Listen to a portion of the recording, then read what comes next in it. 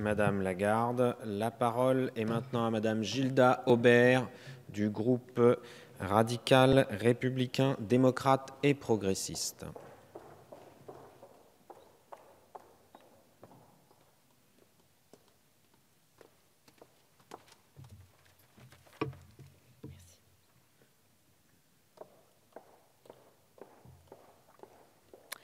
Merci, Monsieur le Président. Madame la Ministre, Monsieur le Président de la Commission des Affaires culturelles, Monsieur le rapporteur et Président, mes chers collègues. Beaucoup sur ces bancs et au sein de l'exécutif déplorent la lenteur du processus législatif. Félicitons-nous donc ici du travail parlementaire qui a permis seulement 7 mois après son dépôt la discussion aujourd'hui en lecture définitive de la proposition de loi visant à renforcer la liberté, l'indépendance et le pluralisme des médias. On ne se lasse pas de prononcer ces termes. Nous avons souvent soulevé les points qui nous ont opposés au Sénat. D'autres ici l'ont fait ou le font, je n'y reviens pas. Ce texte de Bruno Le Roux et Patrick Bloch s'inscrit dans la tradition républicaine de notre pays, une tradition à laquelle les radicaux de gauche sont particulièrement attachés. De fait, Clémenceau, longtemps directeur du journal L'Aurore, publia le 13 janvier 1898 le célèbre J'accuse d'Émile Zola. Émile Zola qui écrivit par ailleurs « C'est de la connaissance seule de la vérité que pourra naître un État social meilleur ». Car la presse, qualifiée de quatrième pouvoir dès 1797 par le député et philosophe irlandais Edmund Burke, joue indéniablement un rôle fondamental dans notre République. Nous, parlementaires, avons par conséquent l'impérieux devoir de protéger le travail des journalistes qui doivent pouvoir exercer librement leur métier en totale sécurité. Je voudrais ici rendre hommage à ceux qui œuvrent au sein de cette profession avec un courage exemplaire, parfois au péril de leur vie. Je pense bien sûr à l'équipe de Charlie Hebdo, décimée le 7 janvier 2015, mais aussi au journal Libération et à BFM qui ont fait l'objet d'agressions par un homme armé le 18 novembre 2013. Le texte qui occupe nos débats aujourd'hui va dans le sens de notre histoire. Il prend en considération l'évolution de la presse et englobe l'ensemble des médias.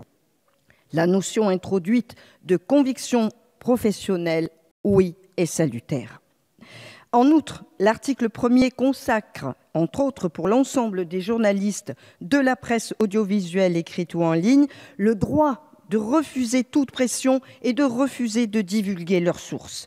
L'article 1er est de plus assorti d'un progrès, l'obligation pour les entreprises ou sociétés éditrices de presse ou audiovisuelles d'établir une charte déontologique. Ne boudons pas notre plaisir. La présente proposition de loi comporte nombre d'avancées notoires.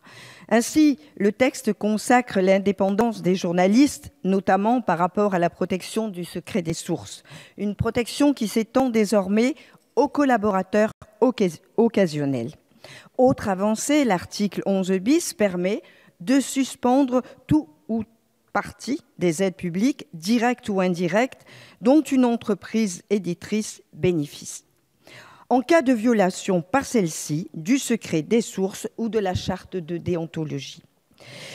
Par ailleurs, le mode de désignation des membres du CSA me paraît juste et les prérogatives du même CSA aussi justement étendues. Ainsi, l'article 2 dispose que l'instance s'assure que les intérêts économiques des actionnaires des éditeurs de services de communication audiovisuelle et de leurs annonceurs ne portent aucune atteinte à ces principes. En effet, la liberté, l'indépendance et le pluralisme des médias dépendent en grande partie des enjeux économiques qu'ils représentent. En cela, l'article 2 établit une frontière étanche entre la ligne éditoriale du média et les préoccupations de ses annonceurs ou de ses actionnaires. D'autre part, l'article 7 institue auprès des médias audiovisuels un comité relatif à l'honnêteté, à l'indépendance et au pluralisme de l'information. Ce comité pourra s'autosaisir ou être consulté pour avis non seulement par la direction de la société et par le médiateur lorsqu'il existe, mais aussi par tout un chacun. Enfin, notre société mondialisée, il était essentiel dans notre société mondialisée de protéger l'indépendance de nos médias des capitaux étrangers. Je souhaite ici, en conclusion, saluer le travail de notre commission, de mes collègues députés de l'Assemblée et la persévérance de notre ministre, Madame la ministre, merci, et de Monsieur le rapporteur. Au vu des avancées donc énoncées, le groupe RRDP salue un progrès réel en faveur de l'indépendance des médias, de leur liberté et de leur pluralisme, progrès qu'il soutiendra avec enthousiasme, car comme le soulignait Alexis de Tocqueville, la presse est par excellence l'instrument démocratique de la liberté. Je vous remercie. Merci, Madame Aubert.